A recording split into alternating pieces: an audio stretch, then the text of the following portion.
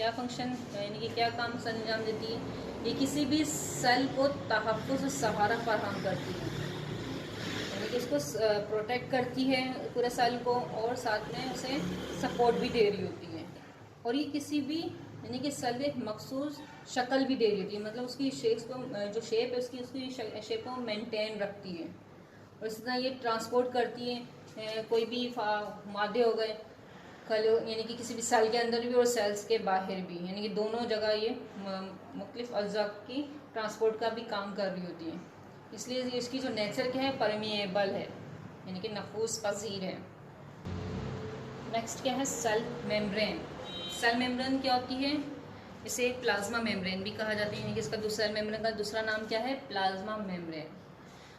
और ये जो सेल मेम्ब्रेन होती है ये किस चीज़ से सराउंड होती है? न्यूक्लियस और साइटोप्लाज्म, इन सब की क्या सराउंड मौजूद होती हैं। और बैक्टीरिया और प्लांट में प्लाज्मा मेम्ब्रेन खुद ही सेल वॉल से सराउंड होती है।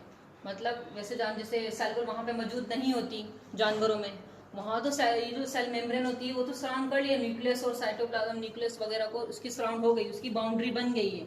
लेकिन अब जैसे प्लांट सेल में सेल वॉल मौजूद होती है, बैक्टीरिया में भी सेल वॉल मौजूद होती है, तो ये प्लाज्मा मेम्ब्रेन और ये सेल मेम्ब्रेन के आसपास जो इसकी जो दीवारें होंगी, बाउंड्री हो गई, ऑलरेडी सेल वॉल से बाउंड्री बनी होती है। सेल मेम्ब्रेन खुद उसकी बाउंड्री का काम नहीं देती, वहां पर सर अंजाम देती है। ये खुद क्या होती है, सराउंड होती है सेल वॉल से। अब इसी तरह यहाँ पर क्या जब खुद ही ऑलरेडी सराउंड होती है, वहाँ खुद ही किसी हद तक वो अपने आप को खुद ही टूट फूट मुरम्मत का काम खुद ही कर लेती है उसके अंदर। तो ये जो सेल मेम्ब्रेन की जो स्ट्रक्चर है उसको समझने के लिए बहुत से मॉडल पेश किए गए थे, और सबसे बेहतरीन जो मॉडल है किसने पेश किया था? सिंगर एंड निकोलसन ने 1972 में, जिन्होंने इसका मॉडल पेश किया। उनके मुताबिक क्या है, इस मॉडल के मुताबिक खलवी झिल्ली, ये जो सेल की जो सेल मेम्ब्रेन है किस चीज से बनी हुई है? लिपिड, यानी कि लिपिड फॉस्फोलिपिड्स, इनकी बाइलेयर, मतलब ये दोहरी लाइन बनी हुई है, यहाँ पर दोहरी तह पे मुश्तमिल है, जिसमें प्रोटीन के जो मॉलिक्यूल से तैर रहे हैं, जिस तरह समंदर में समझ लें बर्फ तैर रही है, बर्फ के तोदे तैर होते हैं। यही जो बुनियादी जो स्ट्रक्चर है तमाम सेल मेम्ब्रेन में पाया जाता है। मिसाल ले लें, माइटोकॉन्ड्रिया में ले लें, क्लोरोप्लास्ट वगैरह में ले लें, इसमें क्या बेसिक क्या है, यही स्ट्रक्चर है सेल मेम्ब्रेन का। ठीक है, जो मैं दोबारा आपको रिपीट कर दूं यही बात, सेल मेम्ब्रेन किस पे मुश्तमिल है? लिपिड्स पे। लिपिड्स में क्या है? फॉस्फोलिपिड्स है, जिसकी दोहरी तह बनी हुई है।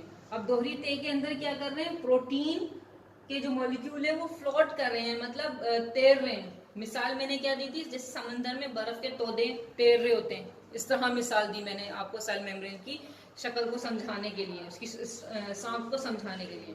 सेल मेम्ब्रेन क्या है?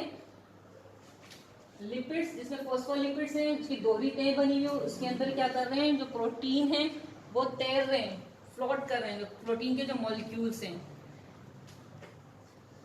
जैसे मैंने आपको मिसाल भी दे दी, ऑलरेडी समझाया मिसाल के थ्रू।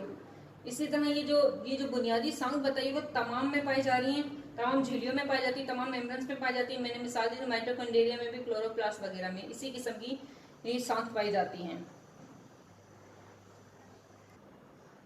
सेल की नेचर क्या थी? सेल वॉल की वो परमेबल थी, और इसमें क्या है, इसकी जो नेचर बता दी हूँ वो क्या है, सेलेक्टिवली परमेबल मेम्ब्रेन है, मतलब इंतखाबी, मतलब सेलेक्ट किया हुआ इसमें नफूस किया हुआ, नफूस पजीर क्या है, मेम्ब्रेन है ये मखसूस किस्म की यानी कि मटीरियल को ट्रांसपोर्ट का अंजाम देती है। वहाँ सेल वॉल में तो जो भी है सेल के अंदर है, जो चीज़ें चल रही हैं, अज्जा को मुंतकिल करना है और बाहर जो मुंतकिल करना है, वहाँ तो सेल वॉल काम कर रही है, लेकिन सेल मेम्ब्रेन क्या है, मखसूस किस्म का काम कर रही है, समझ लीजिए। इसकी डायग्राम हम देखने के लिए पेज नंबर 30 पे देखें, इसकी डायग्राम समझें।